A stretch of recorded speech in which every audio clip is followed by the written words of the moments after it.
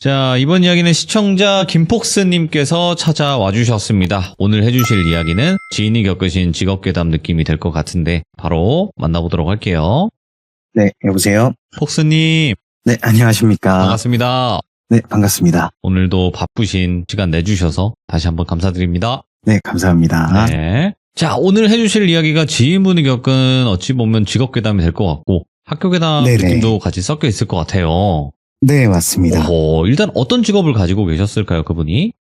아는 형님의 이야기인데요. 네. 이 형님은 연극 배우로 예전에, 좀 오래전에 활동을 하시다가, 이제는 자영업자로 일을 하고 계신 분입니다. 그분의 이야기를 오늘 가져왔습니다. 알겠습니다. 그러면 바로 출발을 해보도록 하겠습니다. 렛츠고! 길이십니다. 김폭스죠.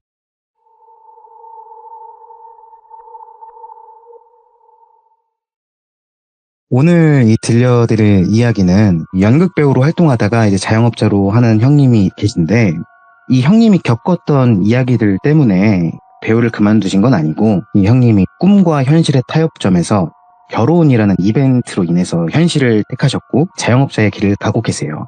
근데 이 형님이 연극 배우로 활동할 때 겪었던 일을 저한테 몇 가지 들려주셨는데, 오늘은 그 중에서 이제 고등학교 연극부에 외부 강사로 나갈 때 겪었던 일을 들려드리려고 합니다. 오늘도 형님을 똘비로 지칭하고 시작하도록 할게요. 학창시절 똘비는 꿈이 없었어요. 그저 가야 하니까 학교에 가고 공부를 해야 하니까 공부를 했던 꿈 없이 흘러가는 대로 살았던 학생이었는데, 고등학교 2학년이 되어서 이제 진로 상담을 하잖아요. 네. 담임 선생님께서 연극영화과를 추천했다고 해요. 이 형님이 좀 굉장히 잘생기셨거든요. 배우 중에 네. 이태곤 배우님이라고 혹시 아십니까? 남자다운 배우 그분. 네네, 도시여고 네. 나와셔서 낚시 잘하시고 예. 이목구비 막 시원시원하시고 그분 계시잖아요. 그분이랑 이미지가 굉장히 비슷하세요. 그래서 아무래도 그 잘생긴 외모 때문인지 주변에서 배우해라, 배우해봐라 라는 얘기를 많이 들었다고 하는데, 담임 선생님한테도 이런 얘기를 들으니까 진짜 마음이 좀 흔들리더랍니다. 그래서 관심도 생겼고 한번 해볼까라는 생각에 곧바로 아버지한테 말씀드리고, 삼촌 친구분 중에 연극 배우가 계셔가지고 그분에게 연기를 배우면서 입시를 준비를 했대요. 상당히 재밌었대요. 적성에도 맞고. 그렇게 준비를 한 끝에 또 운 좋게도 지방에 있는 연극영화과에 합격을 하게 되고, 정말 그렇게 좋은 행복한 시간을 보냈다고 해요. 그렇게 시간이 흘러서 똘비가 군대도 갔다 오고 복학을 한 대학교에서 이제 무사히 졸업까지 하게 되었죠. 똘비는 처음 이 연극영화과에 들어올 때만 해도 그 매체 연기, 그러니까 드라마나 영화에 출연하고 싶은 그런 배우가 되고 싶어 했는데, 대학생을 하면서 공연을 올리고 막 하다 보니까 이 무대가 너무 좋아졌다고 합니다. 그래서 배우들 사이에서 그런 말이 있대요. 무대를 경험한 사람은 그 무대를 절대 잊지 못하고 다시 돌아오게 돼 있다. 그 정도로 이 무대가 강렬한 매력을 지녀서인지, 네. 똘비가 이제 무대에 푹 빠져버려서 졸업하자마자 매체 연기는 생각도 하지 않고 곧바로 극단에 들어가기 위한 오디션을 보고 다녔대요. 또 그 실력이 나쁘지 않았는지 그 해에 바로 이제 극단에 들어가게 되었다고 합니다. 똘비는 굉장히 설렜죠. 이제 사회에서 돈을 받고 무대에 설 수 있겠구나, 프로의 길에 들어섰구나 라는 생각에 두근두근 했는데, 현실은 달랐답니다. 무대에 서거나 이 극단 선배들에게 연기를 배운다? 꿈도 꿀 수가 없었대요. 지금은 잘 모르겠지만, 네. 똘비가 이제 극단에 들어갔던 시절에는 네. 극단에 들어왔다고 곧바로 신입이 무대에 올라가고 그런 일은 있을 수가 없었다고 해요. 예. 극단 OT 때 극단 선배 중 하나가 이제 막내 기수 배우들한테 이런 말씀을 하셨대요. 너네가 우리 식구가 되었다지만 아직 너희를 우린 신뢰하지 않아. 니네가 연기를 우리한테 배워서 다른 극단에 갈지 누가 알아. 너희는 가장 먼저 해야 될 게 우리한테 신뢰를 쌓는 일이야. 이 시대 때 이런 소문도 돌았대요. 극단에 들어가면 막내는 혓바닥으로 연습실을 닦아야 한다. 까라면 까고 시키면 시키는 대로 해야 하는 곳. 갑과 을이 명확하고 그런 곳이었대요. 똘비의 말대로는 똥군기가 심한 그 시절의 연극영화과, 그리고 그 시절 군대보다도 더 빡셌다고 해요. 다행히 이 똘비가 들어간 극단엔 혓바닥으로 연습실을 닦는 일은 없었어요. 네. 악습이 좀 심했다고 합니다. 막내 기수는 이제 들어오면은 청소부터 시작해서 뭐 심부름, 뭐 뒷정리, 창고 정리 등 그 온갖 굳은 일들을 맡아서 했대요. 네. 그 연기에 대한 갈증은 어깨너머로 선배님들의 연기를 볼 수 있다는 것만으로도 좋았고, 선배님들이 공연을 올릴 때 그 무대 뒤편에서 그 연기를 지켜보는 것만으로도 영광이라고 생각해야 했다고 합니다. 이런 막내 시절을 견디지 못하고 그만두는 동기들이 절반을 넘었다고 하는데, 그럴 때마다 선배들은 에휴, 배우가 저렇게 끈기가 없어서야 이러면서 혀만 차셨다고 합니다. 근데 똘비는 사랑받는 법을 아는 사람이었어요. 눈치도 빠르고 성실해서 시키지 않아도 막 알아서 일을 찾아서 하고, 세심한 성격이어서 실수도 없고 남들도 잘 챙기는 그런 사람이었죠. 누구보다 먼저 막 연습실에 도착을 해서 청소부터 환기까지 다 해놓고 선배님들 기다리고, 늘 도라지차 같은 거 챙기고 다니면서 감기에 걸린 선배님이나 목 상태가 좋지 않은 선배님 계시면은 이제 나눠드리고, 또 연습이 끝나면 마지막까지 남아서 어깨 너머 배운 그 연기를 혼자 연습도 해보고 뒷정리까지 막 깔끔하게 한 뒤에 그렇게 집에 갔다고 해요. 심지어 이제 생계를 유지하기 위해서 아르바이트를 병행하고 있었는데도 말이죠. 지금도 그렇다는데 연극 배우가 가난한 직업 중 하나래요. 똘비도 이 극단에서 받는 돈만으로는 네. 생계를 절대 유지할 수가 없어가지고 집안에 손도 벌리고 월세를 내기 위해서 시간을 쪼개서 아르바이트도 했답니다. 이렇게 바쁘게 살아가면서도 똘비는 하루도 빼놓지 않고 그렇게 성실한 모습을 계속 보여줬고, 결국엔 미워할래야 미워할 수가 없는 후배가 되었죠. 결국 똘비는 동기 중에 가장 먼저 무대에 오르는 그런 영광도 차지했다고 해요. 그렇게 이제 극단 생활을 좋게 해피하게 지내면서 3년 정도가 지났는데, 2월의 어느 날 선배님 한 분이 찾아와서 똘비한테 야 똘비야, 너 애들 한번 가르쳐볼래? 이라고 묻더랍니다. 예. 똘비가 그게 무슨 말씀이냐 하고 이렇게 되물으니까 선배님이 돌비고등학교 연극부 외부 강사로 내가 지금 나가고 있는데 일이 생겨갖고 올해부터는 못할 것 같아서 내가 그 학교에 말씀드리니까 후임을 알아봐 달라네? 근데 아무리 생각해도 똘비 네가 제격이야, 이렇게 말씀을 하셨대요. 예. 똘비한테는 굉장히 솔깃한 제안이었답니다. 말씀드렸듯 이 연극 배우는 생계 유지가 힘든 직업이잖아요. 근데 이 연극부 외부 강사는 똘비가 좋아하는 연기를 하면서 극단에서 버는 돈보다 더 많은 돈을 벌 수 있는 기회였던 거죠. 잠까지 줄여가면서 아르바이트 할 필요도 없어지고 좋아하는 일을 하면서 돈을 벌 수 있다는 생각에 이건 무조건 받아야 된다 했지만, 똘비는 선배님 저 이제 3년 차입니다. 제가 무슨 자격으로 애들을 가르칩니까? 그것도 선배님이 키운 그 제자들을. 이렇게 또 겸손하고 정중하게 거절을 했대요. 네. 그러니까 이 선배님이 이래서 내가 너를 후임으로 점 찍은 거야. 성실하지, 겸손하지, 책임감 있지, 연기도 잘해, 너만한 사람이 없다. 그래서 막 호탕하게 웃으시면서 얘기를 하니까 그새야 똘비가 이제 정말 제가 해도 되겠습니까? 하면서 미소를 지었대요. 뭐 선배님은 당연하다는 듯 똘비 어깨를 막 두드리면서 어려운 거 없어, 뭐 연극제 준비하고 뭐 예선 통과하면 본선 나가는 거 준비하고 뭐 학교 축제 준비하면서 뭐 학교에 있을 만한 일들을, 이벤트들을 다 얘기를 해주셨대요. 네. 그러면서 뭐 힘든 일 있으면 나랑 극단 사람들이 다 도와줄 거야, 이렇게 말씀을 끝내시면서요. 강사 일은 뭐 3월부터 시작이고 학교에서 연락이 오면 뭐 학교 가서 서류 작성하고 얘기 잘 하고 와라, 지원금도 꽤 되니까 너의 삶의 보탬이 될 거다 라고 응원을 해주셨다고 합니다. 네. 다행히 극단 단장님도 허락을 해주셨대요. 네. 이게 극단 활동이랑 병행을 할 수 있도록 해주시고, 이 3년차 극단원에게 이렇게 배려해주는 경우는 드물었대요. 똘비는 3년 내내 변치 않는 성실함을 보여줬고, 네. 그 신뢰가 충분히 쌓였기 때문에 단장님과 이제 다른 선배님들도 그를 배려해 주신 거죠. 이제 3월이 되어서 돌비고 연극부 학생들과 처음 만나게 되었는데, 그 학생들의 첫 인상이 와, 양아치 같은 친구들이 잔뜩 있네 였대요. 특이하게도 연극부에 양아치라고 할까요? 그 거친 친구들이 많이 들어온대요. 예. 모든 학교가 다 그런 건 아니지만 뭐 10명 중에 1명은 꼭 있다고 합니다. 근데 이 돌비고 연극부를 보니까 남학생의 절반 정도가 양아치 느낌이 좀 물씬 났고, 나머지 학생들은 착해 보였대요. 예. 그래도 똘비의 눈에는 그저 다 예쁘게만 보였답니다. 아무래도 한 10살 이상의 차이가 나는 학생들이니까요. 똘비가 잘생겨서 그런지 남학생, 여학생 할 거 없이 모두가 똘비를 좋아해주고 잘 따라주었대요. 뭐 사고도 안 치고. 그러니까 이쁘게 더 보일 수밖에 없죠. 똘비는 이제 이 연극부 강의를 나가면서 학생들 가르치는 게 재밌다. 아, 이거 적성에 맞다 하면서 좀 미래를 또 그려보기도 했대요. 그 정도로 즐겁기도 했고 또 학교에 가는 날이면 설레기까지 했으니까요. 그런 학생들과의 좋은 시너지 덕분인지 예. 학생들과도 빠르게 친해지고 연극제 예선도 빠르게 딱 통과를 하면서 똘비는 굉장히 뿌듯한 봄날을 보냈어요. 예선을 통과하면은 연극제 본선을 준비를 해야 되는데 본선이 방학이 끝날 때쯤이었나? 끝나고 나서였나? 아무튼 여름이었다고 해요. 여름 끝자락이었다고 해요. 그래서 이 연극부는 본선을 준비하기 위해서 여름방학에도 학교에 나와야 했고 연출자이자 이제 강사인 똘비도 당연히 이 연습에 참여를 했다고 합니다. 평소에 연습할 때는 교실 같은 곳에서 연습을 했었는데 이제 무대에서 연습을 할 때는 별관이라고 하나요? 학교에 따로 지은 큰 체육관이 있는데 축제가 열리면 각종 무대로 쓰이고 관중석도 크게 있는 그런 큰 체육관이었는데 거기가 학교에서 유일하게 무대가 있는 곳이어서 이제 방학 때는 거기서 늘 연습을 했다고 합니다. 네.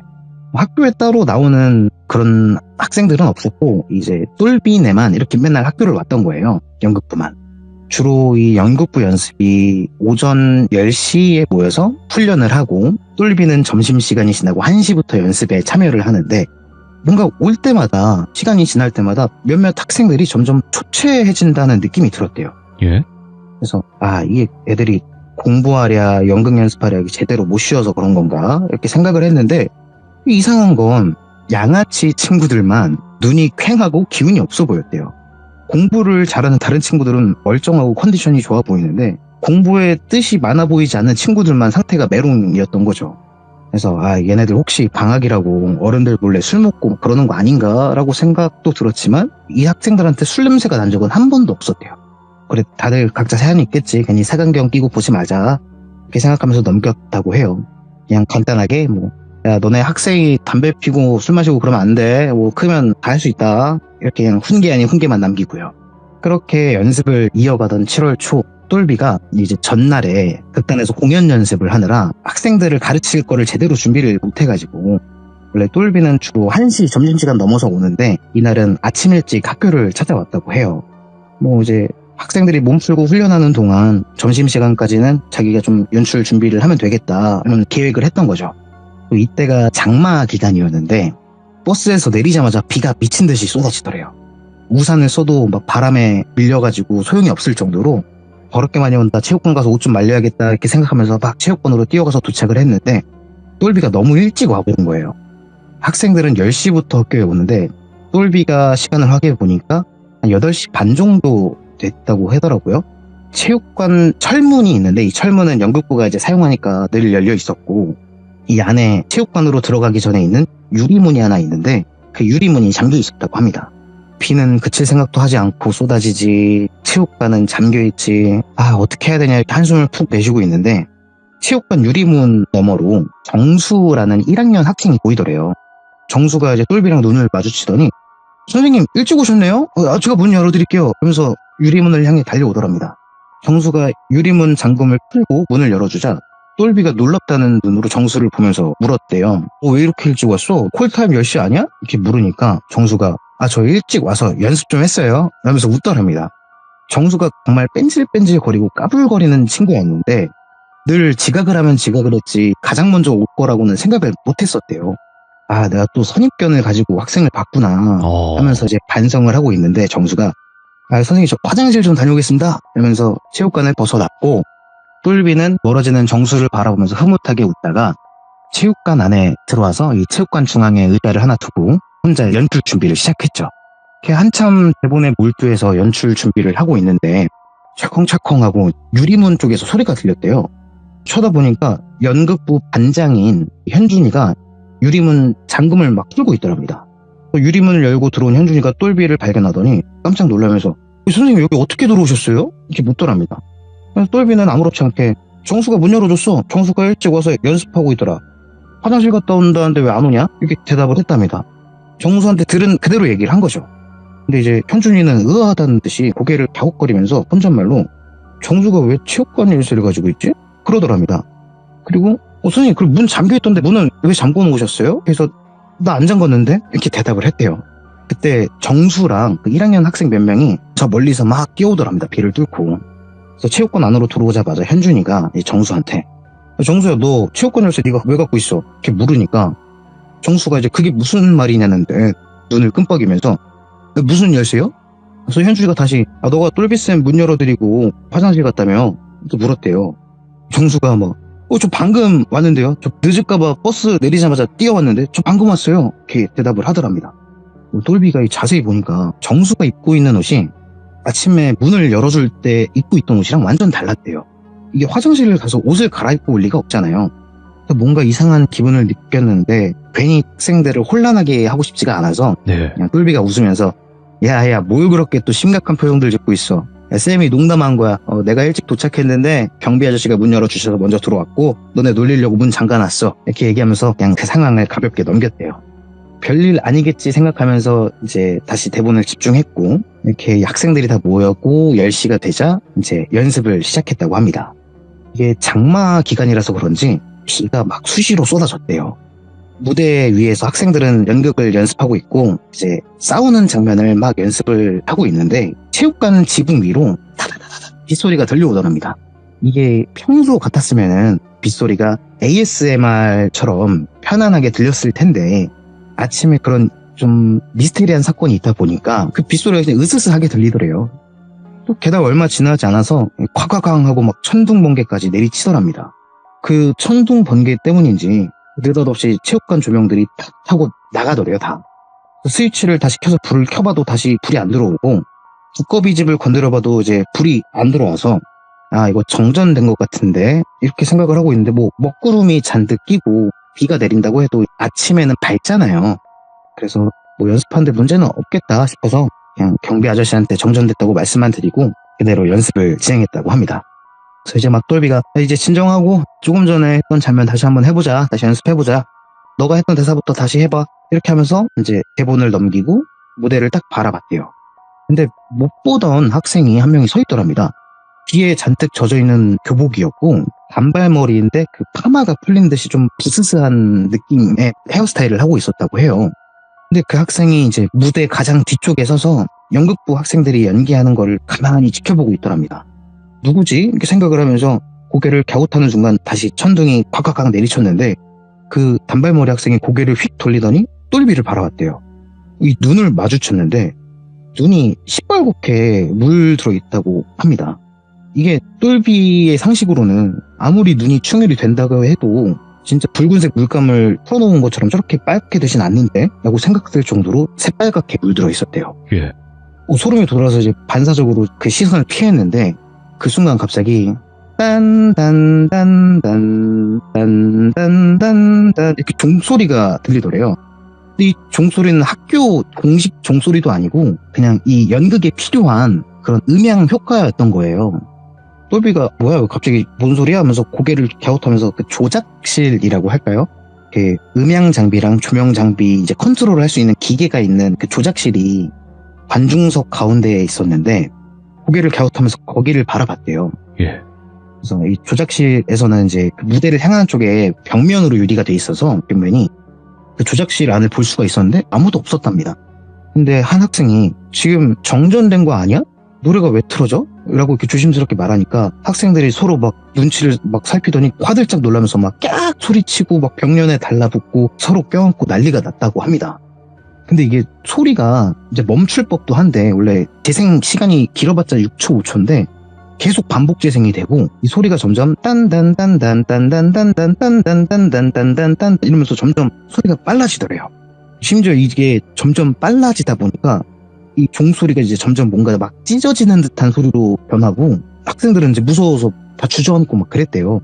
근데 1학년 학생 중에 좀 엄청 까불고 용기 있는 그런 진구라는 친구가 있었는데 이 친구가 제가 가볼게요 이러면서 조작실을 향해 막 뛰어갔대요.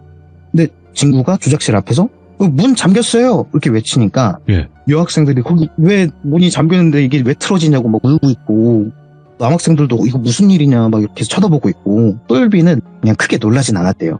그냥 이게 정전됐다가 다시 전기가 돌아오면서 노래가 재생이 됐나 보다 이렇게 오류가 생겼나 보다 이렇게 생각을 했대요.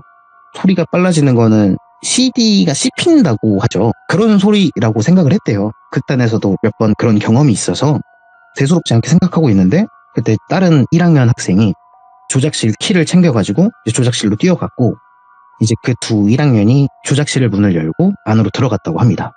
근데 다시 나오면서 친구가 선생님 이거 코드가 뽑혀 있어요. CD도 없는데요? 이렇게 외쳤대요. 그러면 이상하잖아요. 정전됐다가 다시 전기가 돌아오면서 오류로 인해서 재생이 된 거라면은 적어도 코드는 뽑혀 있어야 하거든요. CD도 당연히 있어야만 하고, 똘비가 이제 으스스한 기분을 느껴가지고 이거 어떡하지? 라고 생각하는데 내색은 하지 않았대요. 이게 애들이 자기가 겁먹으면 애들이 더 겁먹을 테니까. 그래서 정말 좀 침착하게 야 친구야 그거 코드 뽑고 전원 껐다가 다시 켜. 그리고 CD 있으면 빼고 거기 정리하고 나와. 이렇게 아무렇지 않게 말을 했대요. 그 말대로 하고 나니까 이제 스피커에서 나오던 소리도 멈추고, 똘비는 이제 학생들한테 진정시키려고 무대를 딱 봤는데 그 단발 학생이 안 보이더래요. 반장한테 그 학생이 누구냐고 물어보려고 하다가 아무래도 내가 보면 안 될 걸 본 것 같다라는 생각에 그냥 무시하고 연습을 진행했다고 해요. 근데 아무래도 이런 일이 있다 보니까 이제 학생들이 연습을 진행할 수 없을 것 같았고, 아무래도 분위기를 전환할 겸 야 반장아 여기 중국집 맛있는데 어디냐? 야 쌤이 살게. 난 짬뽕, 탕수육도 대짜로 3개 정도만 시켜. 이렇게 얘기하면서 현금을 꺼내서 현준이한테 줬대요. 또 학생들이 단순한 건지 이 중국집 얘기에 다들 기운을 되찾은 것 같았고, 원래는 체육관에서 먹으면 안 되는데 비도 오고 하니까 경비 아저씨한테 허락을 받고 중국집 음식을 시켜서 다 같이 체육관 바닥에 앉아서 먹었다고 합니다. 근데 이 유리문을 열어줬었던 그 정수가 막 너무 피곤하다고 빠르게 먹고 체육관 구석에 그 매트를 하나 쭉 깐 다음에 그 위에서 잠을 자더래요. 또 그 모습을 보면서 아이고 뭔 1학년이 벌써부터 저렇게 피곤해하냐, 쟤는 고3 때 진짜 큰일 났다 이렇게 생각을 하고 그냥 맛있게 똘비는 짬뽕을 먹었다고 합니다. 그래도 이제 따스한 걸 먹으니까 그 으스스한 기분도 사라지고 괜찮아지는 것 같았는데, 똘비 앞에서 이제 연극부 반장인 현준이가 짜장면을 먹다가 몸을 막 춥다는 듯이 부르르 떨더니 갑자기 소름 돋았어 라고 혼잣말을 하더래요. 그와 동시에 갑자기 구석에서 자고 있던 정수가 으악 하고 벌떡 일어나더랍니다. 이제 다들 놀라서 정수를 보니까 정수가 막 숨을 크게 헐떡이면서 와 저 과일 흘렸어요 막 하면서 이제 학생들이 밥 먹는 곳으로 다가온 거예요. 그 애들이 뭔 과일을 늘렸냐 이렇게 겁먹은 듯이 물어보니까 저기 체육관 문에서 성별은 모르겠고 사람의 형태를 한 뭔가가 막 온몸을 기괴하게 막 꺾으면서 달려오는데 짜장면을 먹고 있는 현준이 형 막 그대로 통과하면서 저한테 달려왔어요.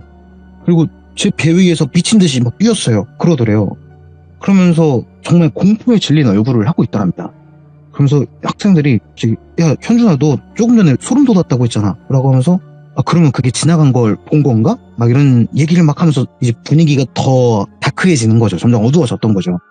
똘비는 또 그렇게 되면 연습을 못하니까 결국 큰돈 들여서 짜장면과 짬뽕으로 분위기 살려놨는데 이렇게 하면 안 되니까 아유 기가 그렇게 약해서 어떡할래? 너 벌써부터 과일 흘리면 고3 때는 그냥 누워만 있겠다 너? 막 이러면서 그냥 농담 던지고 막 그랬대요.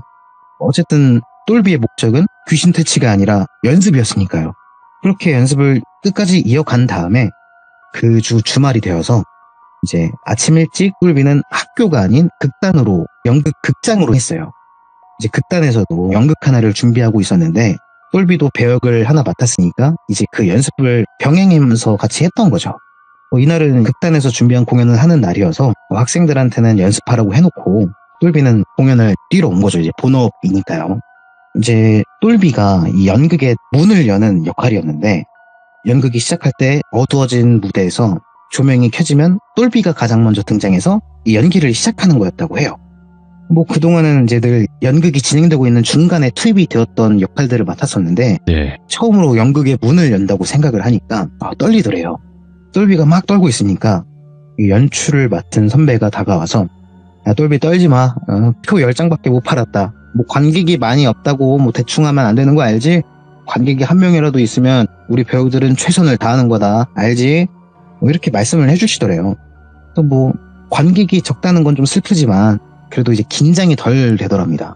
그렇게 연극 시작하는 시간이 되었고 똘비는 무대 뒤쪽에 커튼에 숨어서 대기하고 있다가 극장 안에 모든 불이 꺼지는 순간 야광으로 옅게 빛나는 마킹 테이프라고 있대요. 이제 무대 위에 그거를 따라 들어가서 시작 위치로 이동을 했대요. 그리고 조명이 딱 켜지는 순간 똘비는 속으로 웃음을 지었답니다. 이 선배님 또 장난치셨네. 관객석을 보니까 만석이더래요. 이게 어둠 속에서 혼자 조명을 받고 있어서 그런지 객석이 자세히 보이진 않았어도 여기 사람이 앉아있는 정도는 보인다고 하더라고요. 아, 이거 선배님이 나 긴장하지 말라고 농담하신 거구나. 이제 그렇게 생각을 하면서 똘비는 열심히 연기를 한 후에 이제 자기가 맡은 이 역할을 다 끝내고 무대 뒤에 있는 대기실로 이동을 했대요. 이제 대기실로 이동을 하니까 선배님들이 자기 차례 기다리면서 막 쉬고 계셨는데 똘비가 들어가니까 막 잘했다고 발전했다고 막 어깨에 두드려주고 조용히 칭찬을 막 해주셨대요. 그래서 똘비가 선배님들한테 아, 연출 선배님이 저 속였어요. 티켓 10장만 팔렸다면서 지금 만성이던데. 그러니까 선배님들이 전부 아무 말도 없이 똘비를 바라보더래요. 예. 그래서 똘비가 왜 그렇게 쳐다보냐는 듯 고개를 갸웃하니까 이 선배님 중 한 분이 와, 우리 똘비가 이제 우리한테 장난도 치네. 야, 3년이라는 시간이 길긴 길다. 많이 컸다 너. 막 이러시더래요. 그래서 똘비가 이제 억울하게 장난 아닌데? 관객 지금 꽉 차 있어요.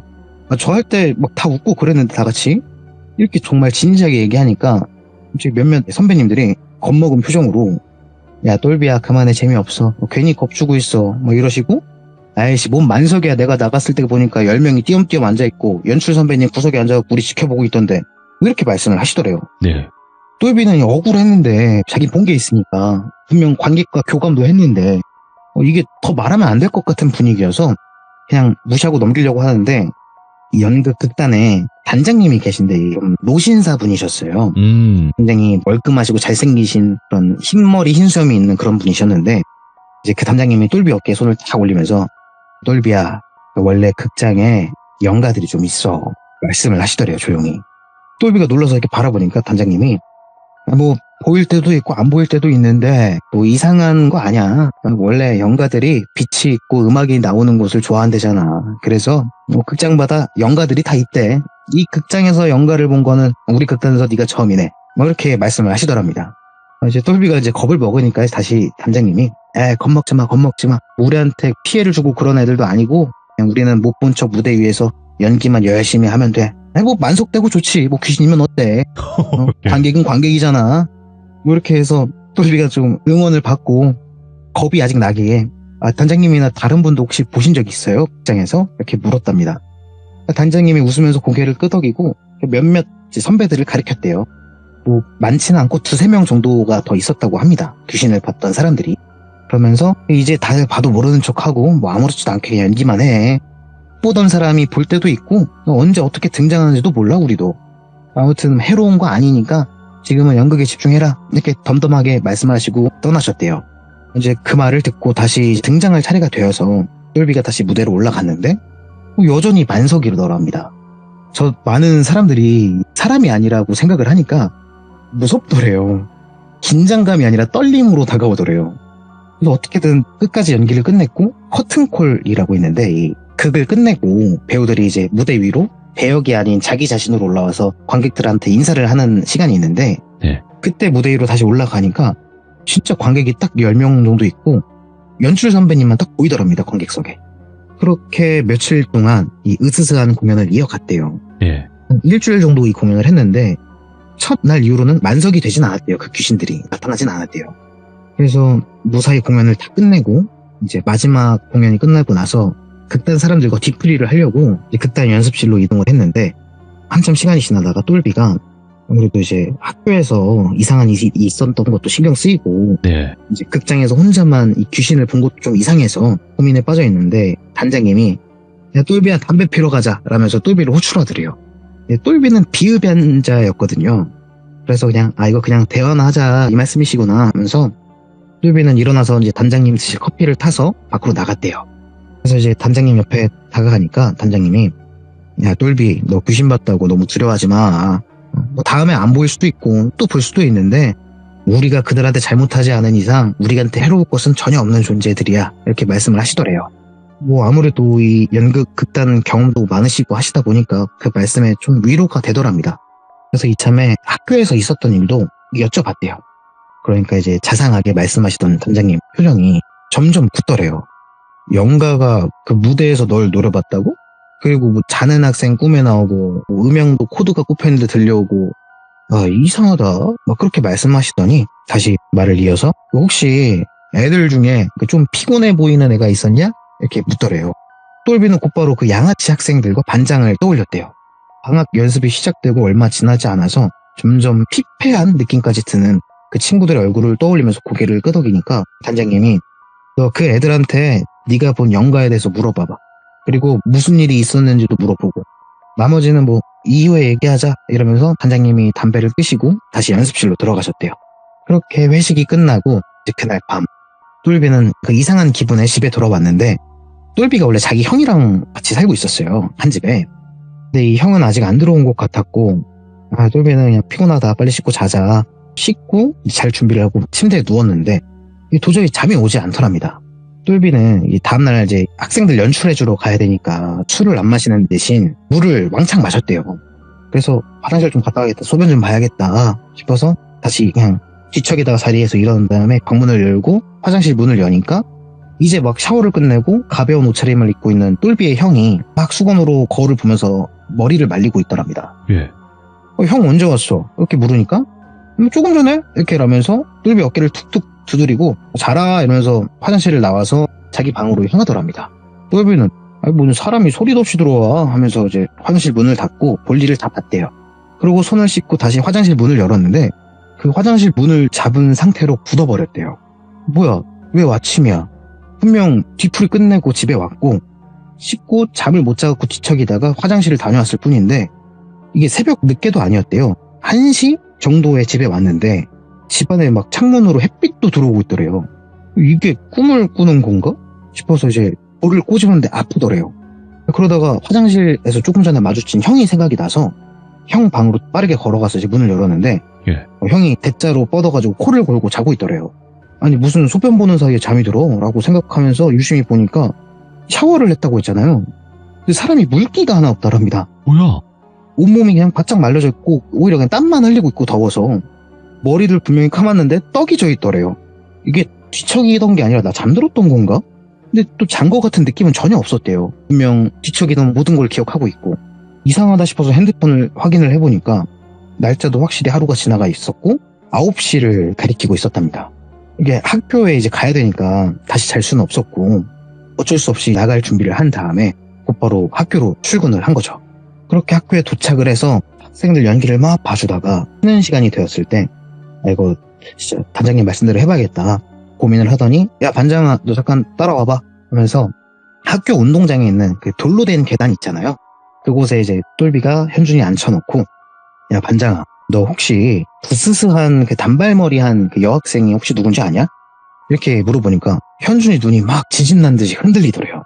그러면서 선생님이 그거 어떻게 이렇게 말꼬리를 흐리더랍니다. 누가 봐도 현준이는 그 단발머리 여학생을 알고 있는 눈치더래요.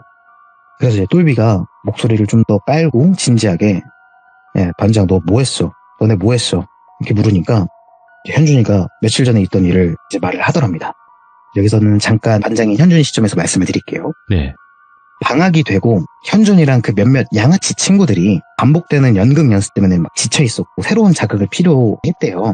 근데 연습 시간에 이제 우연히 자기들끼리 막 무서운 이야기를 했는데 어느 학교나 그렇듯 이 돌비고에도 괴담이 있었답니다.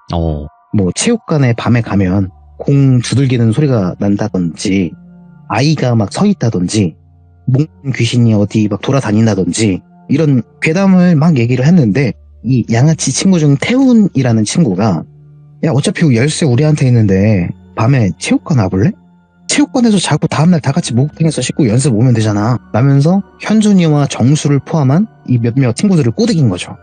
그러니까 한밤중에 학교 체육관에서 하룻밤 무료한 삶을 보내던 이 친구들한테는 이 굉장히 자극적인 소스였던 거죠.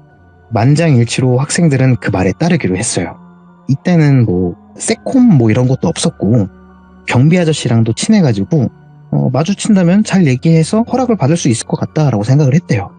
그래서 이 얘기가 나온 당일 밤 이제 학생들은 다 같이 밥도 먹고 놀다가 밤 11시가 넘어서 학교에 찾아갔는데 이제 들어가자마자 경비 아저씨를 마주쳤대요. 그래서 이제 반장이 경비 아저씨한테 가서 저희 밤새 연습할 것 같습니다. 곧 연극제라서 이제 부족한 부분을 좀 연습해야 될 것 같은데 사용해도 될까요? 저희 부모님한테 허락 다 받았어요. 이렇게 얘기를 하니까 경비 아저씨도 뭐 연극부 잘 알고 좋아해서 그래 그렇게 연습하고 조심해라 이렇게 허락을 받고 이제 학생들은 당당하게 체육관으로 향했죠. 뭐 연극부가 열쇠를 가지고 있었으니까 문을 여는 건 너무나 쉬웠고 유리문을 열고 이 불이 다 꺼진 체육관 안에 들어오니까 굉장히 무섭더랍니다.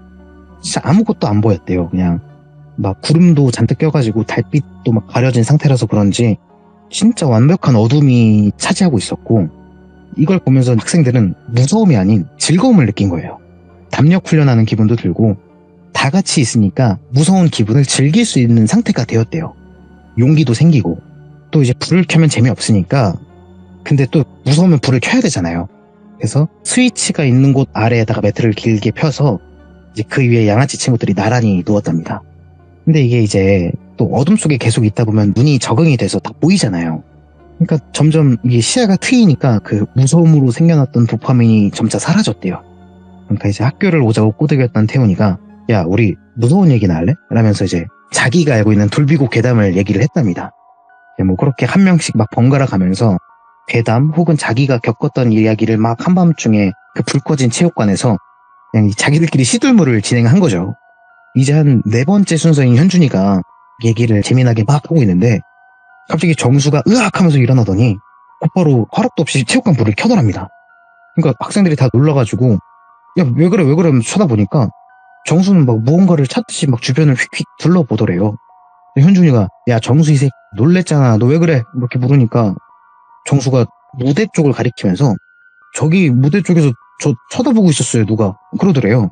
아까 말씀드렸듯이 이 정수가 굉장히 까불거리는 친구여서 또 농담하는 줄 알았는데 표정을 보니까 진짜 장난기가 하나 없이 겁먹은 표정이었대요. 근데 이제 학생들은 아, 얘 이제 연극도 들었다고 연기하네. 그래서 야, 쇼하지 마. 이러면서 막 핍박을 줬대요. 이제 한창 현준이가 이야기 하이라이트 부분을 막 들려줄 때였는데 네. 분위기를 깼다고 정수 막 장난으로 팔 툭툭 밀고 막 그렇게 놀다가 다시 태훈이가 아, 빨리 이어서 해 하면서 불을 껐답니다. 네. 그래서 다시 얘기를 막 진행을 하고 있는데 이번에는 불을 방금 전에 껐던 태훈이가 다시 자리에 일어나더니 재빨리 체육관 불을 켰대요. 그리고 태훈이도 막 겁에 질린 모습으로 막 주변을 휙휙 둘러보면서 벽면 쪽으로 막 도망을 가더랍니다. 뒷걸음질로. 그래서 애들이 또 아, 뭐해? 이러면서 또 막 픽밥을 주는데 태훈이가 저 관중석에서 누가 나 쳐다보고 있었어. 눈 마주쳤어. 막 이러면서 이 체육관 벽면에 등을 기대고 막 벌벌 떨고 있더래요. 그래서 애들이 아, 야, 진짜 무서우니까 장난치지 마. 이렇게 막 노려보고 막 뭐라고 하니까 또 한 명은 이제 야, 귀신이 어딨어? 하나도 안 무서워. 이러면 막 허공에 주먹질을 하더랍니다. 그래서 막 야, 귀신 나타나면 내가 때려 눕혀줄게. 나 요즘 권투 배우잖아. 막 이러면서 막 휙휙휙 막 하면서 하고 있고 또 다른 친구는 또 괜히 무서우니까 괜히 큰 소리로 그 연극 톤으로 막 귀신 주제에 어디 사람을 괴롭혀 막 이러면서 막 억울하게 뒤졌으면 천국 가서 호소를 하고 죄를 지었으면 지옥에 가서 벌을 받아야지 이러면서 막 연극 톤으로 이렇게 막 놀았대요. 이렇게 장난을 치고 다시 웃으니까 이제 다들 신나잖아요.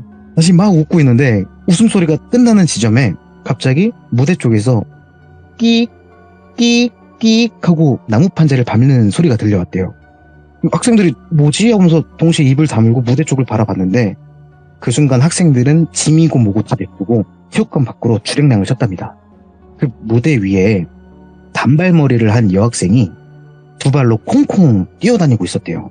몸을 막 이리저리 움직이면서 막 무대를 돌아다니는데 시선은 남학생들한테 고정된 채로 움직이질 않았대요. 그러니까 목이 수시로 돌아갔던 거죠. 몸을 움직일 때마다. 예. 그런 기괴한 모습에 공포를 느끼고 주랭랑을 친 학생들은 곧바로 이제 사우나로 향했고 그날 이후부터 이제 밤에 체육관에 갔던 학생들은 악몽에 시달리게 되었답니다. 근데 이게 악몽에서 끝나지 않고 연극 연습할 때도 막 학교에서 자꾸 이상한 일이 벌어지고 환상인지 아닌지 모를 그 단발머리 여학생이 자꾸 보였답니다. 그러니까 이제 애들이 점점 피곤에 찌들어갈 수밖에 없었던 거죠. 집, 학교 그 어디도 안전하지 않았으니까요. 네. 그래서 이렇게 얘기를 현준이가 끝내자마자 똘비도 자기도 모르게 마른 침을 삼켰대요. 현준이가 말한 그 이야기 속에 단발머리 귀신이 자기가 봤던 거랑 똑같았고 똘비도 그동안 좀 이상한 일을 겪었잖아요. 그래서 아, 이게 두려울 수밖에 없었대요. 아침에도 이렇게 보는구나 네. 라면서.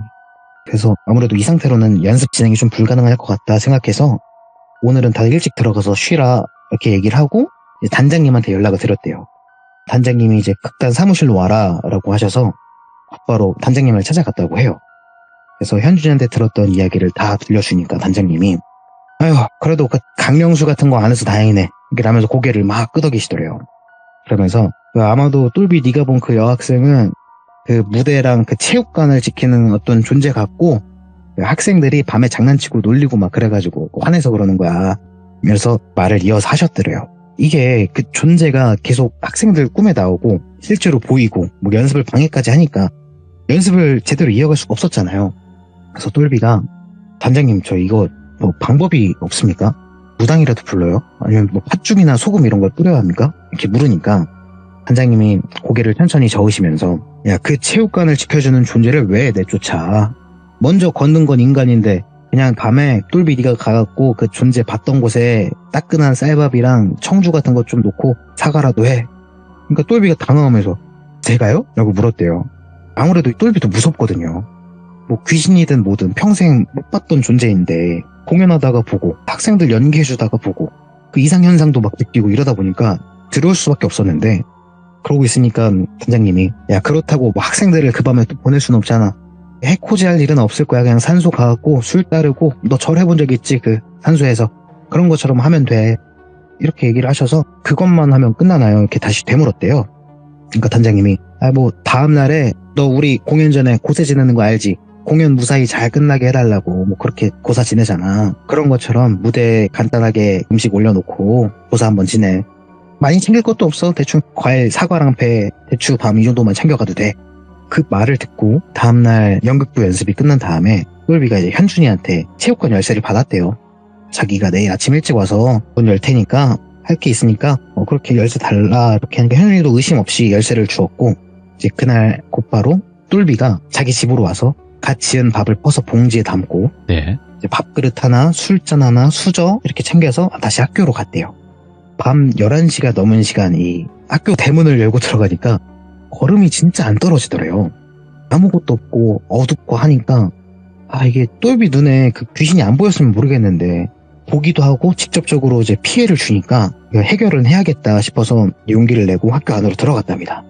우선 경비 아저씨한테 가서 뭐 체육관에 두고 온 게 있다. 그래서 열쇠나 애들한테 받았으니까 두고 온 것만 챙겨오겠다라고 말씀을 드리고 경비 아저씨는 또 다녀오세요 이렇게 편하게 보내주셨대요. 그래서 이제 체육관 앞에 도착한 똘비가 유리문을 딱 열고 불 꺼진 체육관 안으로 들어갔는데 이때 분위기가 똘비의 느낌대로 말을 하자면 사악했대요. 흉가 이런 곳에는 가본 적이 없는데 흉가가 딱 이런 느낌이지 않을까라고 생각할 정도로 되게 싸하고 분위기가 안 좋았다고 하더라고요. 또 에어컨은 켜지도 않았는데 이때 뉴스에서 열대야라고 했다고 하는데 이 체육관 안에 들어오니까 냉장고에 들어온 것 같은 그런 싸늘함이 느껴졌답니다. 그래서 뭐 굳이 무섭게 어두운 곳에서 움직일 필요는 없으니까 뭐 분력 스타고 온 것도 아니고 그래서 후레쉬로 이제 스위치를 찾아서 체육관 불을 켰는데 불을 켜도 무섭더래요. 그 넓은 공간에 조용하게 혼자 있으려니까 불쾌한 기분이 들더랍니다. 그래서 빨리 하고 가자라고 생각을 하면서 똘비가 단발머리 여학생을 봤었던 그 무대 안쪽으로 가가지고 이제 밥그릇을 놓고 봉투에서 쌀밥을 꺼내 그릇에 담은 다음에 수저를 꽂고 술잔에 청주를 따라서 올렸대요. 그리고 애들이 어리고 철이 아직 없어서 실수를 했습니다. 뭐 제가 애들 대신해서 사과를 드리겠습니다. 이곳을 지켜주셔서 감사합니다. 앞으로도 저희 공연 잘할 수 있게 해주십시오. 이렇게 얘기하고 정말 산소에서 절을 하듯이 정중하게 절을 올렸대요. 단장님의 말대로 이 밥은 두고 가고 다음날 처리하라고 했으니까 똘비는 그대로 다시 불을 끄고 유리문을 잠그고 나왔다고 합니다. 근데 맞다 가방. 밥그릇을 담아갔던 그 가방을 무대에 두고 온 거예요. 똘비가 하는 수 없이 다시 뒤를 돌아서 유리문을 딱 바라봤는데 그 유리문 너머로 그 단발머리 여자가 서 있더랍니다. 예. 눈은 여전히 붉게 물들어 있었고 아무 감정 없는 표정으로 똘비를 바라보고 있었는데 이게 유리문 하나를 사이에 두고 귀신이라는 존재를 보고 있으니까 몸이 움직일 수가 없더래요. 그래서 이거 어떻게 해야 되냐 이러고 있는데 그 여학생이 먼저 천천히 옆으로 걷듯이 사라졌고 똘비는 안도의 한숨을 내쉬면서 그대로 학교를 벗어났다고 해요. 가방은 내일 찾지 뭐 하면서 단장님이 알려준 방법이 뭐 정석적인 방법인지 아닌지는 모르겠지만 네. 그래도 일단 당장 믿을 방법이 이것뿐이었으니까 다음날이 되자마자 똘비는 간단하게 고사에 지낼 과일, 곶감, 떡, 대추 이런 거 챙겨가지고 학교를 향했대요. 그리고 이제 그 고사상을 빠르게 차린 다음에 이제 애들한테 얘들아 연극 공연할 때는 뭐 이렇게 고사를 지내거든. 무사히 공연 잘 끝나게 해달라, 다치지 않게 해달라 이렇게 기도를 드리는 건데 혹시 종교 때문에 참여 못하는 친구들도 괜찮아. 그냥 서 있으면 돼. 참여할 사람만 참여하자. 하나의 연극 문화를 가르쳐 주는 거야. 이렇게 하면서 좀 말을 돌려서 한 거죠. 네. 네, 그러니까 학생들은 뭐 다행히 종교 이런 거 괜찮다라면서 고사에 참여했고 다 같이 공연을 잘 올리게 해달라 막 간단하게 고사를 이렇게 지냈대요. 신기하게도 그렇게 고사를 지낸 날 이후부터 야이어 가던 양아치 친구들이 점점 얼굴색이 밝아졌고 그 이후로 이상현상이 생기거나 단발머리 학생이 보이지 않았대요. 예. 똘비는 어렸을 때부터 지금까지 원래 귀신을 보는 사람이 아니었고 네. 그런 이상한 경험을 해본 적이 한 번도 없었는데 이 사건이라고 해야 되나요? 이 단발머리 귀신을 본 이후로 뭐 귀신을 명확하게 보는 건 아니어도 예. 저기 뭐가 있는 것 같은데 이런 이질감 정도는 느끼게 되었다고 해요. 뭐 이게 똘비의 착각일 수 있고 아니면 정말일 수도 있는 건데 그냥 뭔가 있다고 느껴지는 것 자체가 불쾌할 때가 많았대요. 네. 다행히 학생들은 이 무사히 공연을 올렸고 안타깝게 수상은 못했대요, 본선에서. 그래도 뭐 똘비는 이 학교에서 좀 뭔가 인정을 받아서 몇 년 동안 계속 외부 강사로 일을 했었다고 합니다. 예. 이 형님이 말씀하셨던 고등학교 외부 강사 썰은 여기까지 합니다. 아니, 원래 같았으면 귀신이 등장하고 네네. 뭐 이렇게 하고 하다 보면 대박이 나야 되는데 아쉽네요, 이게. 그래서 이제 단장님도 그런 얘기를 했대요. 예. 야, 너가 귀신 봤으면은 좀 됐어야 됐는데 아무 일도 안 일어나냐. 뭐 이렇게 얘기하는데 형님도 그때 복권을 샀어야 됐나. 이런 후회를 하셨답니다. 와, 근데 진짜 폭스님은 거침이 없으시네요. 말씀하시는데 막히는 거 자체가 없는데요? 제가 이렇게 시참을 하기 전에 이제 운전을 할 때 혼자 네. 이렇게 시참하는 연습을 해요. 리허설을 해요.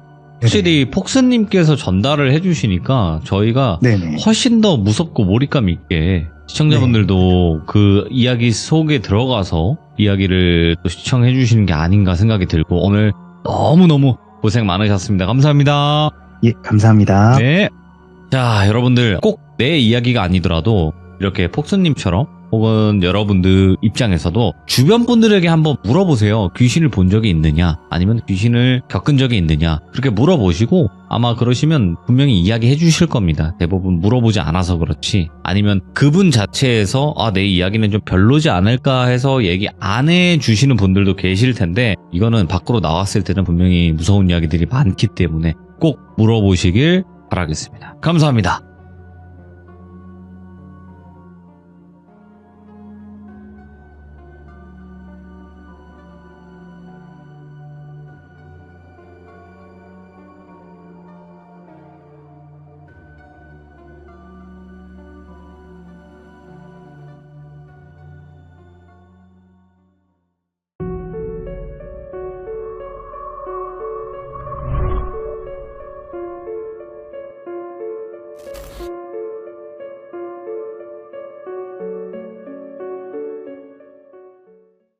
자, 이번 이야기는 시청자 키스데이님께서 찾아와 주셨습니다. 자, 오늘 처음으로 찾아주셨는데 가족분들이 이상한 일을 겪으셨다라고 해서 시들무에 방문을 해주신 건데 어떤 이야기일지 한번 들어보도록 할게요.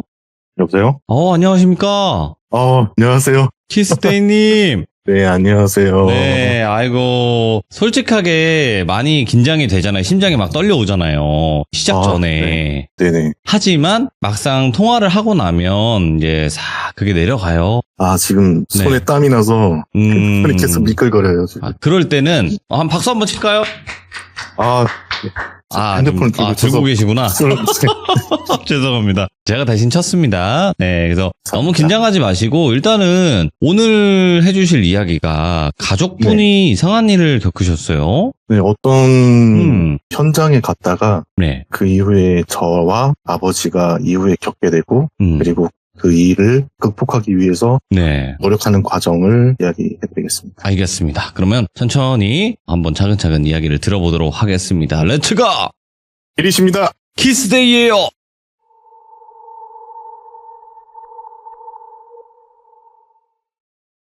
이 이야기는 저와 저의 아버지께서 불타는 현장에 있고 난 후에 저와 아버지께서 겪었던 이야기입니다. 일단 먼저 말씀드리기 전에 저의 친가 쪽에 대해 이야기를 해야 할 것 같아서 먼저 이야기를 할게요. 일단 저희 집은 불교 집안이고요. 저는 사남매 중 둘째 장남으로 태어났고 영가를 보거나 느끼는 능력은 가지고 있지 않습니다. 저는 좀 어렸을 때 잔명치레를 좀 많이 했어요. 몸이 약하고 그러다 보니까 폐렴을 거의 달고 살다시피 앓았고요. 그래서 그런지 기관지나 호흡기관이 좀 좋지가 않았어요. 그리고 저희 아버지께서는 군 단위의 소도시에 있는 작은 농촌 마을에서 3남 2녀 중 둘째 장남으로 태어나셨어요. 저랑 이제 둘째 장남인 게 같은 건데요. 아버지께서는 약간 끼가 있으세요. 아하. 좀 보시거나 느끼시는 경우가 종종 있으세요. 아버지께서 하신 이야기 중에 하나는 아버지께서 어린 시절 때 네. 그 마을에서 처음 뵙는 어른이 오셔가지고 아버지께 길을 물으셨대요. 아버지께서는 가야 하는 방향을 눈으로 보고 손가락으로 가르치면서 저쪽으로 가시면 돼요라고 말을 하고 고개를 다시 돌리면 그 찰나에 그 사람은 사라져 있었어요. 뭐야, 예. 아버지께서 말했던 저쪽을 다시 보면은 그 사람이 그 길을 저만치 나가 있다고 했던 이야기를 들었던 적이 있거든요. 아마 좀 어릴 때부터 그런 끼가 있었다고 생각이 드는데 네. 일단 아버지가 어렸을 때 할아버지께서 좀 엄하시고 고지식한 분이셨어요. 그래서 그런지 저희 아버지도 좀 고지식한 면이 있었고 본인이 힘드셔도 힘든 내색을 잘 안 하시는 그런 분이셨어요. 그리고 할아버지께서는 저희 아버지께 장남은 어떻게 해야 되고 장남은 이래야 되고 저래야 되고 라는 말을 엄청 많이 하셨어요. 그래서 아버지께서는 어렸을 때부터 책임감이 강하시고 동생들을 잘 돌보고 저한테는 큰 고모인데 위로는 누나가 한 분 계셨는데 조금 티격태격했지만 사이도 좋게 잘 지냈다고 해요. 네. 그렇게 아버지 형제가 어엿한 어른이 되어서 직장을 갖고 결혼을 하고 각자 가정을 꾸리게 되면서 시골이 아닌 도시로 다들 나가게 됐어요. 근데 저희 아버지도 직장 첫 출장 발령을 수도권 지역으로 받았는데 그때 당시 할머니 건강이 많이 좋지 않았었거든요. 지금은 돌아가시고 몇 년이 지났는데 돌아가시기 전까지 10가지 정도의 질병을 앓고 계셨어요. 그래서 아버지가 타지로 나갈 수 없으니 그 지역에 있는 지사에 지원을 해서 그 지사에서 근무를 하게 됐어요. 그러면서 다른 고모나 작은 아버지들께는 어머니 아버지 내가 잘 모실 테니까 너희들 살 길만 잘 살펴라 라고 말하시곤 하셨거든요. 그리고 또 시간이 흐르고 아버지도 결혼을 하고 이제 저희 사남매가 태어났어요. 네.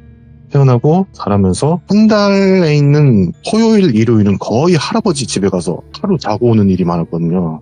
할머니께서는 먼저 다리가 많이 편찮으셨어요. 네.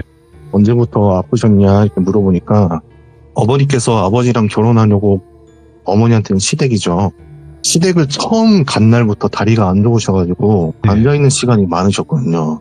그리고 시간이 좀 흐르고 제가 초등학교 저학년 때 할머니께서 퇴행성 관절염으로 인공 관절 수술을 하게 되었어요. 이제 대학병원에 입원을 해서 수술을 진행을 했는데 근데 이거는 정말 의사가 수술 과정에서 진짜 말도 안 되는 실수를 저지르거든요. 예를 들어서 이건 진짜 지금 생각해도 좀 그런데 오른쪽 다리를 수술해야 되는데 왼쪽 다리를 수술한 거예요. 그때 진짜 난리도 아니었어요. 아버지, 고모들, 작은아버지들 의사 멱살 잡고 뭐 소송 건다고 막 엄청 화를 내셨거든요. 그러고 나서 그 이후에는 그 의사는 어떻게 처분이 되었고 보상이 어떻게 이루어졌는지는 정확히는 제가 알지 못하고요. 결국 할머니께서는 양쪽 다리를 다 수술하셨어요. 멀쩡한 다리까지 수술을 하셨는데 사실 수술 이후에 경과는 그렇게 좋지가 않았어요. 관절염 외에도 고혈압이나 당뇨 그 밖에 병을 엄청 많이 앓으셨는데 그래서 그런지 아버지께서는 할머니와 할아버지를 모시고 통원 치료를 많이 다니셨어요. 네. 할머니는 고통이 안 되시니까 아버지께서 할머니를 업어서 차에 태우시고 병원을 가서 또 업어서 휠체어에 내려주시고 그러셨거든요. 아이고. 그런 생활이 오래되다 보니까 아버지의 건강에도 좀 격신호가 왔어요. 네. 잦은 야근과 회식 그리고 당시에 아버지께서 저녁에 야간대학도 다니셨거든요. 그래서 어린 시절 제가 봤을 때도 정말 지쳐 보이고 집에 오면 한마디 안 하시고 그런 분이셨거든요. 그리고 아버지께서 또 수시로 할머니 댁 가서 할아버지와 할머니 케어해드리고 그러면서 스트레스 지수가 많이 높아지셨어요. 아버지께서. 그러다 보니 술 마시는 빈도수가 엄청나게 늘어났어요. 항상 퇴근하고 집에 오실 때면 평일 5일 중에 4일은 거의 만취된 상태로 집에 오셨거든요. 그런 생활이 쭉쭉 이어가고 또 시간이 흘러서 제가 초등학교 5학년인지 저학년에서 5학년으로 넘어간 그때인지 정확히는 기억이 안 나는데 아버지께서 그때 왜 그러셨는지 모르겠는데 저만 이제 시골집으로 같이 가자고 하시는 거예요. 그래서 알았다 하고 아버지 차를 타고 시골을 갔죠. 시골집에 도착하니까 방과 방 사이, 문이라는 문은 전부 다 열어놓고, 제가 기억하기로는 그 당시 시골집에 고모들과 작은아버지 포함한 8명에서 10명 정도 있었던 걸로 기억해요. 오호. 돌미는 제가 보내드린 사진 보시면 안방과 부엌이 붙어 있고 그 사이에는 그 여는 문 있잖아요. 예. 그걸로 이어져 있거든요. 그리고 안방과 부엌에서 밖으로 나가는 문을 열면 큰 마당이 하나 있어요. 마당을 방 안에서도 볼 수 있어요. 저는 이제 부엌 쪽에 앉아 있었는데 어른들 중 무섭게 생긴 아줌마가 됐다라는 말을 시작으로 무언가를 하려고 하더라고요.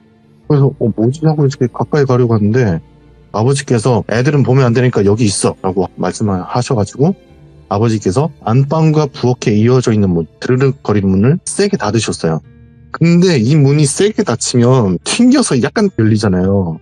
살짝 틈으로 안방이 보이더라고요. 그래서 그 틈으로 뭘 하고 있는지 몰래 봤어요.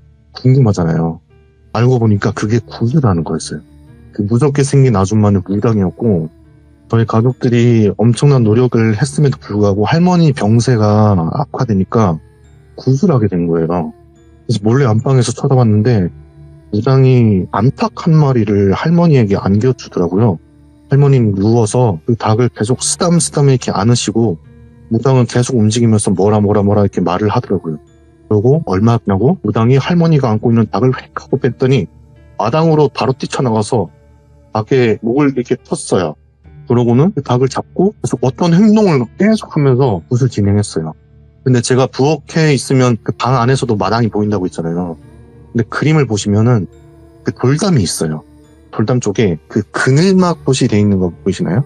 네, 그쪽에 제가 닭 목을 딱 치는 순간에 제가 무서워서 고개를 획 돌렸는데 돌담 뒤에 그 전통시장 가면 천장에 까만 비닐처럼 생긴 그늘막 있죠. 그 까만색 그늘막 같은 게 쳐져 있더라고요.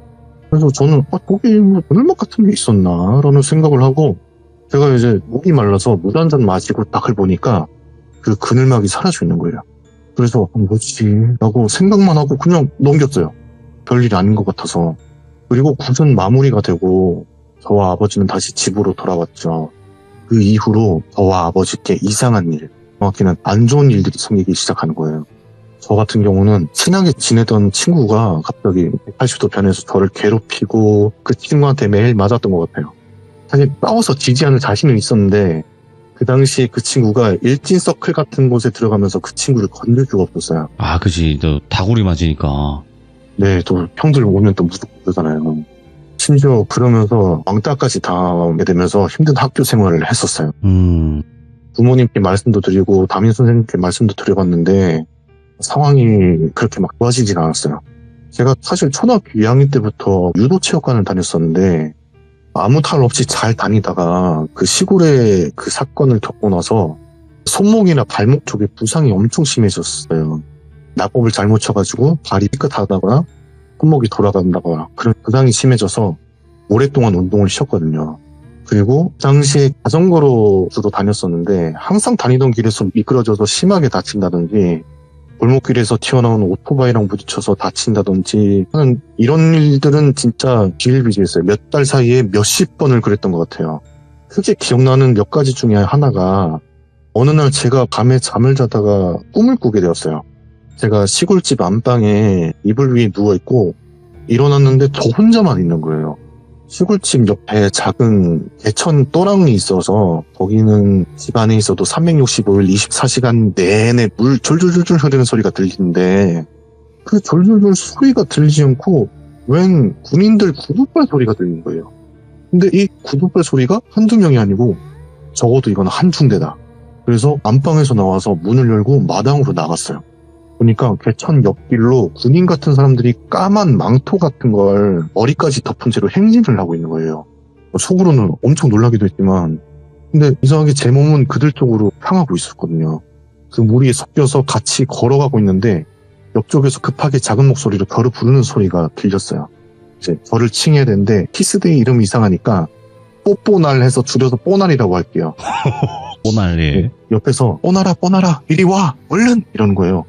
보니까 제가 유치원 다녔을 때 저희 유치원 담임 선생님이었어요. 선생님이 왜 시골집에 있지? 이런 생각이 들었는데 일단 분위기가 갔어요. 근데 선생님이 저를 들쳐 엎어매고 망토를 뒤집어 쓴 채로 계속 걸어갔어요. 저는 이제 숨을 죽이고 계속 가만히 있었죠. 근데 내려가는 길에 코너 도는 쪽이 있는데 그쪽까지 다다르니까 갑자기 사람들이 비명을 지르면서 도망을 가는 거예요. 전 엎인 상태고 망토를 뒤집은 상태여서 무슨 상황인지 모르잖아요. 선생님 등에서 떨어졌어요. 떨어지면서 대천으로 굴렀거든요. 일단은 뭐가 뭔지는 모르겠지만 상황이 좋지 않다라고 판단을 해서 대천에 있는 흙과 지득을 온몸에 바르고 위장을 했거든요. 그렇게 한참을 엎드려 있었는데 사람들의 비명 소리가 잔잔해지고 조용해졌을 때 고개를 들었어요. 네. 고개를 들었는데 제 앞에 왜 까만 염소 한 마리가 우두커니 서서 저를 내려다보고 있더라고요. 속으로 왜 염소가 여기 있지? 왜 도망 안 가나? 그런 생각을 하고 있었는데 갑자기 그 유치원 선생님이 개천으로 뛰어내려와서 네. 저를 길 위로 안아서 던져버렸어요. 그 순간 꿈에서 깼어요. 보통 제가 꿈을 꾸면 잘 잊어버리는 타입인데 그 꿈은 무섭고 너무 선명해서 기억을 하고 있었어요. 네. 그리고 며칠 안 지났어요. 한 일주일인가 지나서 소풍 시즌이라서 어머니와 함께 마트를 갔는데 그 꿈에 나온 유치원 선생님을 만났어요. 마트에서. 그때 만나기 전에 한 8살쯤 초등학교 완전 저학년 때 만났었던 선생님이 그때 당시에 결혼을 하시고 임신을 하셔서 유치원 교사를 그만두셨어요. 그리고 나서 한 1년인가 2년 뒤에 만난 거였거든요. 소풍 시즌 돼서. 근데 제가 기억하는 선생님은 되게 통통하고 항상 밝은 에너지가 넘치는 선생님이셨는데 제가 마주친 선생님은 살이 너무 많이 빠져있고 사람의 생기가 많이 없다? 라는 느낌을 받을 정도로 많이 초췌한 느낌이었어요. 네. 그때는 어린 마음에 선생님이 다이어트 하느라 밥을 못 드셔서 그런가 했어요. 그렇게 선생님과 어머니께서 몇 마디 인사를 나누고 선생님과 헤어졌죠. 그리고 시간이 지나고 제가 성인이 돼서 나중에 그 선생님 만났던 일이 기억나서 어머니께 여쭤봤어요. 그 내용은 일단 마지막에 말씀드릴게요. 그리고 한 가지는 또 2003년에 우리나라를 휩쓸고 갔던 태풍 매미 때였어요. 그때는 뭐 태풍이 뭔 줄도 모르고 홍수가 나도 폭설이 내려도 학교를 가던 그런 시절이었는데 그날은 학교를 마치고 집에 왔는데 아무도 없더라고요. 집에서 있다가 너무 심심해서 집 앞에 작은 고수부지가 있는데 우산 들고 나가서 동변에 물 구경하러 가야지 하고 그냥 혼자 밖에 나와서 물 구경을 하고 있었어요. 근데 그 물살을 계속 보면 뭔가 좀 어지럽고 빨려 들어갈 것 같은 느낌 혹시 아시나요? 그런 느낌이 들면서 갑자기 정신이 아득해지고 몸이 차가워져서 정신을 차려보니까 제가 그 물 안에 들어가 있더라고요. 솔직히 이거 폭우 속에 물살이 떠내려가게 생겼는데 아니나 다를까 물살이 너무 세서 물살에 떠내려갔어요. 제가 진짜 체감상 한 100m 떠내려간 것 같은데 다행히 얼마 떠내려가지 않고 거기는 돌팍이 붙여서 그 돌팍을 죽을 똥팔똥 잡으면서 버티다가 지나가던 어른들이 그 긴 막대 같은 걸로 저를 이제 구해주셨어요.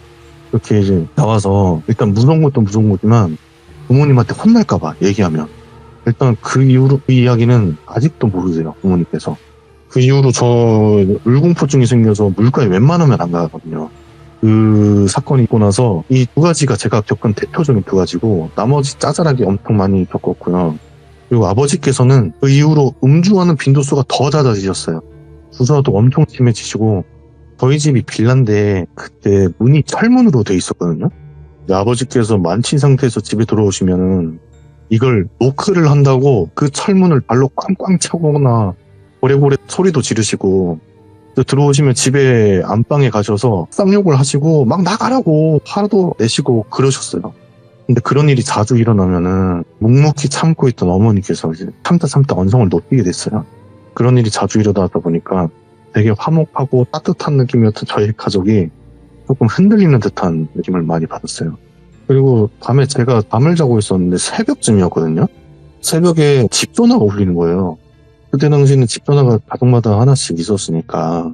근데 보통 새벽에 집 전화로 전화하는 거는 실례기도 하니까 다음날 전화하든지 아니면 개인 핸드폰으로 전화를 하잖아요. 네. 근데 전화가 울리는 거예요. 그래서 그 소리에 제가 반쯤 깨어있는데 어머니께서 전화를 받으셨어요. 어머니께서 전화를 받으시더니 네? 어디라고요? 지금 바로 갈게요 하고 급하게 나가셨어요. 알고 보니까 아버지께서 뒷길에서 운전을 하시다가 미끄러져서 가로수에 차를 들이받고 병원으로 이송됐다고 하시더라고요. 차는 폐차될 정도로 심각하게 찌그러지고 망가졌는데 다행히 아버지께서는 크게 다치진 않으셨어요. 근데 복숭아뼈가 50조각이 나는 부상을 당하시고 병원에 입원하시고 수술을 하시게 되었어요. 다행히 수술도 잘 끝나고 병원 생활을 좀 한 달 정도 하셨어요. 아버지께서 이러한 일을 겪으시고 그 밖에도 뭐 여러 가지 술 때문에 일어난 일들이 많은데 대표적으로는 이 두 가지가 되겠네요. 그리고 아버지께서 복숭아뼈 수술로 병가를 내시게 됐는데 시간이 조금 지나고 아버지께서 목발을 짚고 다닐 수 있을 정도가 됐을 때 저희 집이 이제 불교라고 했잖아요. 가족끼리 사찰을 간 적이 있었어요. 되게 오랜만에 사찰을 갔는데 그때 차에서 처음 내렸을 때 그런 느낌이었어요. 마음이 너무 편안하고 그 어린 나이에 스트레스를 받아서 불안하고 힘들었던 마음을 사찰에서 불어오는 바람과 풍경 소리가 위로를 해주는 것 같았던 느낌? 그런 느낌을 받으면서 마음이 엄청 편안해지더라고요. 그리고 이제 절 안으로 들어가서 어머니께 1,000원짜리 한 장을 받고 불전함에 넣으면서 제가 기도를 했어요. 어린 마음에 정말 이렇게 제가 말을 했습니다. 부처님, 뽀날인데요. 저희 가족이 언제부턴가 많이 아프고 다치고 행복하지 않은 가족이 된 것 같아요. 부처님, 저희 가족을 지켜주세요. 라고 하면서 진심을 담아서 기도를 하고 심지어 자기 전에 누워서 합당을 하고 또 같은 내용으로 기도를 계속했어요. 그리고 사찰을 가지 않은 날에는 집에 있는 조그마한 그 미니어처 같은 불상이 집에 여러 개가 있었는데 집에 혼자 있을 때는 그 미니어처 불상 앞에서 혼자 절을 하고 기도를 하기도 했어요. 네. 그렇게 하면 저희 집이 옛날처럼 행복해질 수 있을 거라고 믿었거든요. 그리고 시간이 흘러서 아버지께서는 목발 없이도 잘 걸을 수 있게 되셨고 수술을 하셔서 그런지 이상하게 그날부터는 술을 많이 줄이시게 됐었어요. 그리고 아버지께서는 어느 순간 큰 고모와 주기적으로 어딘가를 다녀온다고 하시고는 외출을 자주 하셨거든요. 그곳이 어딘지는 또 잠시 후에 말씀드릴게요. 그리고 저도 어느 순간 다른 친구가 생기면서 학교 생활이 그나마 좀 전보다는 좋아졌어요. 그 이후에 아버지께서 좀 시간이 지나고 나서 큰 액자 2개를 가지고 오셨거든요. 진짜 성인이 들어도 힘들 만큼 큰 액자를 2개 가지고 오셨는데 액자를 포장을 뜯어서 보니까 그 붓으로 그린 그림인데 야생 멧돼지 한 마리가 되게 사납게 그려져 있고 그리고 다른 액자 하나는 한자 용자 그 용자로 용을 형상한 그림을 붓으로 그린 그림인데 이제 멧돼지 그림은 부엌에 용 그림은 안방에 걸어두셨어요. 제가 궁금해서 아버지께 여쭤봤어요. 아버지 근데 갑자기 웬 멧돼지 그림이에요? 라고 물어보니까 아버지께서는 이 멧돼지가 우리 집에 들어오는 안 좋은 것들을 다 잡아 먹어 치워줄 거야 라고 말씀하셨어요. 그리고는 집에 혼자 있을 때 멧돼지 그림 앞에 가서 제가 멧돼지야 우리 집을 따뜻하게 지켜줘 라고 말을 하면서 멧돼지 그림 앞에 저도 눈을 감고 합장을 하고 기도를 했어요. 그 어린아이가 저였지만 지금 생각해보면 애틋하기도 하고 그때 당시 저가 좀 불쌍하다고 생각이 들었어요. 시간이 조금 지나고 제가 중학교에 올라가고 네. 이후로 다행히 큰일은 일어나지 않았어요. 큰일이 일어나지 않고 평화로운 나날을 보내고 있었죠.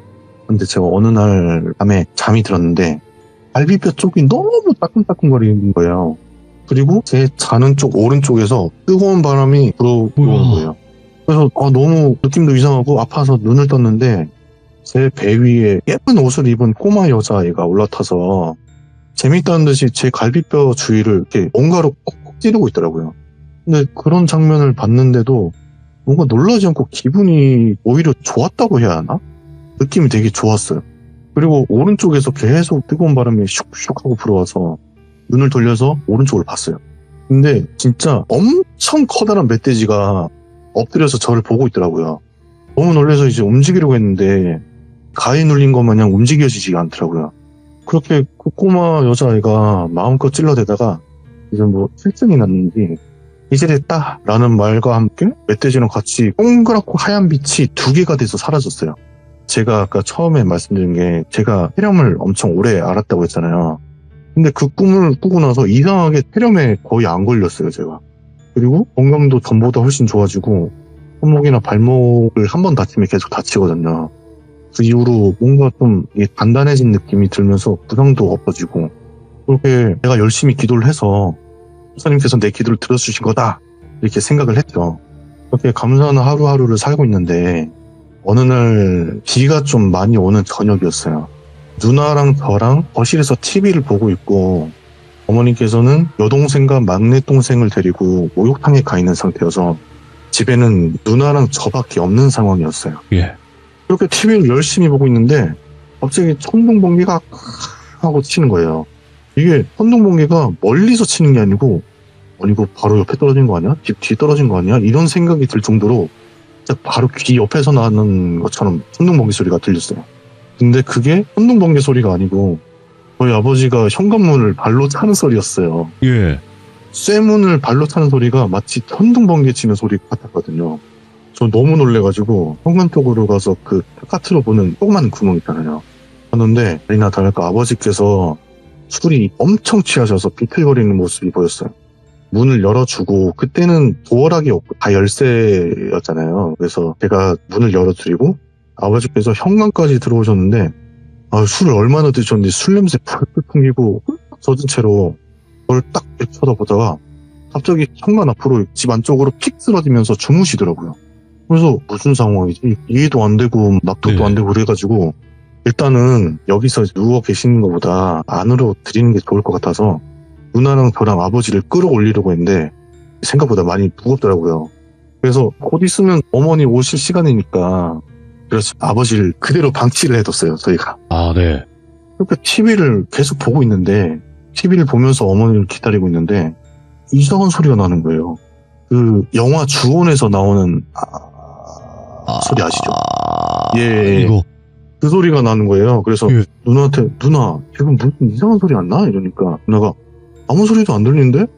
무서워 이상한 말 하지 마 라고 말을 하더라고요. 그래서 내가 잘못 들었나 하고 있는데 조금 더 큰 소리로 소리가 들리더라고요. 자세히 들어보니까 현관 쪽에서 그 소리가 들리더라고요. 그래서 가까이 가보니까 아버지 표정이 엄청 일그러져서 엄청 괴로워하시더라고요. 그 소리는 아버지가 괴로워하시면서 내는 신음소리였어요. 그러면서 아버지께서 되게 기괴한 행동을 하셨는데 다리를 오른쪽 왼쪽 들었다 놨다 하시는 거예요. 그래서 왜 이러지 아버지. 근데 상체는 엄청 괴로워하는데 하체는 계속 오른쪽 다리를 들었다가 내렸다가 왼쪽 다리를 들었다 내렸다 하시는 거예요. 왜 그러지 하고 아버지가 계속 흔들어 하시니까 제가 아버지를 흔들어 깨웠어요. 근데 아버지께서 갑자기 비명을 막 지르시면서 오른쪽 다리 왼쪽 다리 번갈아 가면서 뒤꿈치로 땅을 찍으면서 밑으로 내려가는 거 있죠. 뒤꿈치로 땅 찍고 내리고 그렇게 찍으면서 현관 쪽으로 나가려고 하시는 거예요. 근데 이게 현관문이 닫혀 있으니까 계속 현관문을 뻥뻥 차면서 내려가고 있는 거예요. 그 장면이 아직도 희망처럼 남아있어요, 제 머릿속에는. 너무 놀래가지고 어머니께 엄마 빨리 와, 아빠가 이상해라는 문자를 보내고 아버지를 계속 깨우려고 했는데 네. 이 상체는 계속 비명을 지르면서 괴로워하시고 다리로는 계속 뒤꿈치로 찍고 현관 밖으로 나가려고 하는 모션을 취하시더라고요. 너무 무서워가지고 계속 흔들어 깨웠어요. 일단 깨우는 게 먼저겠다 하고 어떻게든 깨우려고 흔들어 깨웠는데 그 순간 이제 너무 안 일어나시니까 울음이 나려고 하더라고요. 그래서 아버지 발 쪽을 봤는데 구두가 반짝거리는 거예요. 네. 양쪽 발이 반짝거리는 거예요. 그러더니 아버지가 눈을 번쩍 뜨시면서 가쁜 숨을 몰아쉬면서 냉수 한 잔 떠와라 예. 말씀을 하시고 안방으로 가서 옷을 갈아입고 나오셨어요. 그때 마침 어머니께서 이렇게 돌아오셨는데 어머니는 놀랐죠. 밖에 있는데 아들은 뭐 빨리 와 아빠가 이상해 이러고 뭔데 이러고 오셨는데 머리도 이제 안 말리고 오셨더라고요. 아버지께서도 뭔가 엄청 놀라신 것처럼 정신을 못 차리고 계시더라고요. 그러시더니 앉아봐봐 무슨 일이 있었는지 이야기해줄게 라고 얘기하시면서 이야기를 시작했어요. 분명 내가 집에 들어온 건 기억나는데 네. 갑자기 어지러우면서 잠이 쏟아지면서 잠이 들었다고 하셨어요. 근데 아버지께서 그 순간에 꿈을 꾸게 되었는데 머리 위쪽에서 남자아이 하나 여자아이 하나가 엉엉 울면서 아버지 가지 마세요 하면서 우는 소리가 들렸대요. 그래서 아버지께서 놀라서 눈을 떠서 보니까 저랑 누나가 엉엉 울면서 아버지 가지 마세요 그러고 있었대요. 근데 뭔가 몸이 위아래로 찢어지는 듯한 아픈 느낌이 들어서 위를 봤다가 아래를 봤는데 그 새까만 형체가 자기 다리를 잡고 끌어당기고 있었대요. 근데 위쪽에서는 저랑 누나가 당기고 아래쪽에서는 그 새까만 형체가 당기고 있으니까 뭔가 상하반신이 분리되는 그런 고통이었다고 하더라고요. 그러면서 정신을 잃으려고 하는 사이에 뭔가 빛이 나서 눈을 찡그리고 있었는데 네. 이제 됐다 라는 말과 함께 잠에서 깨셨대요. 그 이야기를 들으니까 저도 번뜩 드는 생각이 있잖아요. 그 어린 애다. 그 어린 여자애다. 그 어린 여자애랑 멧돼지? 그런 생각이 드는 거예요. 근데 그 당시엔 너무 놀라고 진정이 안 된 상태여서 아버지께 바로 말씀은 안 드렸었거든요. 시간이 지나고 성인이 돼서 이야기를 한번 꺼낸 적이 있었어요. 예. 아버지, 제가 이래서 이랬는데 제가 이런 걸 봤다라고 말씀드리면은 아버지는 보통 너 나이 때 꾸는 꿈은 꿈이야 이렇게 말씀하셨는데, 그날은 제가 이런 이야기를 하니까 아버지께서 아이고, 내가 조상님 일도 모르고 쫓아냈는데 그래도 보살펴 주시다고 한 분은 계셨나 보다 이렇게 말씀을 하시더라고요. 오. 아마 저의 진심과 간절한 마음이 담긴 기도를 들어주신 게 아닌가라는 생각을 들면서 그 이후로는 그 여자아이는 더 이상 볼 수가 없었어요. 예. 근데 그 이후로 제가 힘들거나 많이 지쳐있고 심적으로 많이 무너져 있는 상태에서는 그 멧돼지 꿈에 한 번씩 나타나기도 합니다. 이야기는 여기서 마무리가 되는데 네. 내용 중간에 잘라낼 걸 잘라내니까 이게 짧지 않았나 생각이 드네요. 아니에요. 너무 잘해주셨고, 너무나 네. 기묘했던 이야기였어요. 오늘 이야기가. 그리고 제가 마지막에 말씀드린다고 했던 거, 네. 큰 고모와 아버지가 주기적으로 어디 외출을 하셨다고 했잖아요. 네. 그게 다니던 곳이 정확하게 기억은 안 나는데 조상께 기도를 드리는 기도터라고 말씀하시더라고요. 네. 알고 보니까 이게 아버지가 말씀하시기를 큰 고모가 아버지보다 조금 더 끼가 있으시대요. 그래서 큰 고모가 저희 집 힘든 거 알고 사정도 아니까 같이 가서 기도를 하자 이렇게 말씀드려서 기도터로 가서 기도를 하시기도 하셨고, 그리고 그 유치원 선생님을 만났다고 했잖아요. 네. 유치원 선생님이 살이 많이 빠지고 생기가 없으셨다고 말씀을 드렸는데, 제가 8살, 9살쯤에 임신을 하셔서 유치원 교사를 그만뒀다고 하셨잖아요. 그 이후에 좀 안 좋은 일이 생겨서 유산을 하셨다고 하더라고요. 근데 그 이야기를 지나고 나서 들으니까 이거 제가 억지로 막 짜맞추는 그런 경향이 없지 않아 있을 수도 있는데, 혹시 진짜 배신 간 건가? 이 생각이 들더라고요. 네.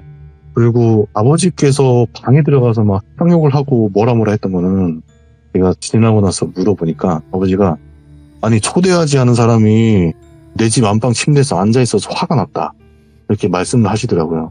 근데 아버지께서 말씀하시기를 내가 생각했을 땐 조상님이 왔다 간 것 같다고, 내가 이렇게 힘들어하고 기도도 열심히 하니 돌봐주시려고 왔는데 내가 화내고 소리 지르면서 내쫓아버린 것 같다라고 네. 말씀을 하시더라고요. 이야기는 여기서 끝입니다. 근데 말씀 굉장히 정리 잘해서 하시는데요? 중간에 제가 볼이랑 혀를 너무 많이 씹어서 발음이 좀 샜어요. 괜찮습니다. 너무나 말씀 잘해주셨고, 오늘 또 키스데이님께서 이런 기묘한 일들이 가족분들과 본인께 있었다라는 거를 누구보다 더 저희가 잘 알 것 같이 전달을 잘 받았거든요. 그러니까 네. 걱정하지 마시고 앞으로 혹여라도 또 다른 이야기 있으시면 또 말씀해 주시고요. 예, 알겠습니다. 네, 너무 고맙습니다. 감사합니다. 감사합니다. 네. 이게 말을 하다 보면 혀를 씹거나 아니면 이제 볼 이 옆에 살을 씹을 수도 있어요. 그 점을 항상 주의해 주시고요. 키스데이님처럼 이런 또 기묘한 일들을 겪는 분들이 분명히 있습니다. 여기 시들무에서도 분명히 시청자분들 중에서도 계실 거고, 언제든지 사연 제보해 주시면 감사할 것 같습니다. 고맙습니다.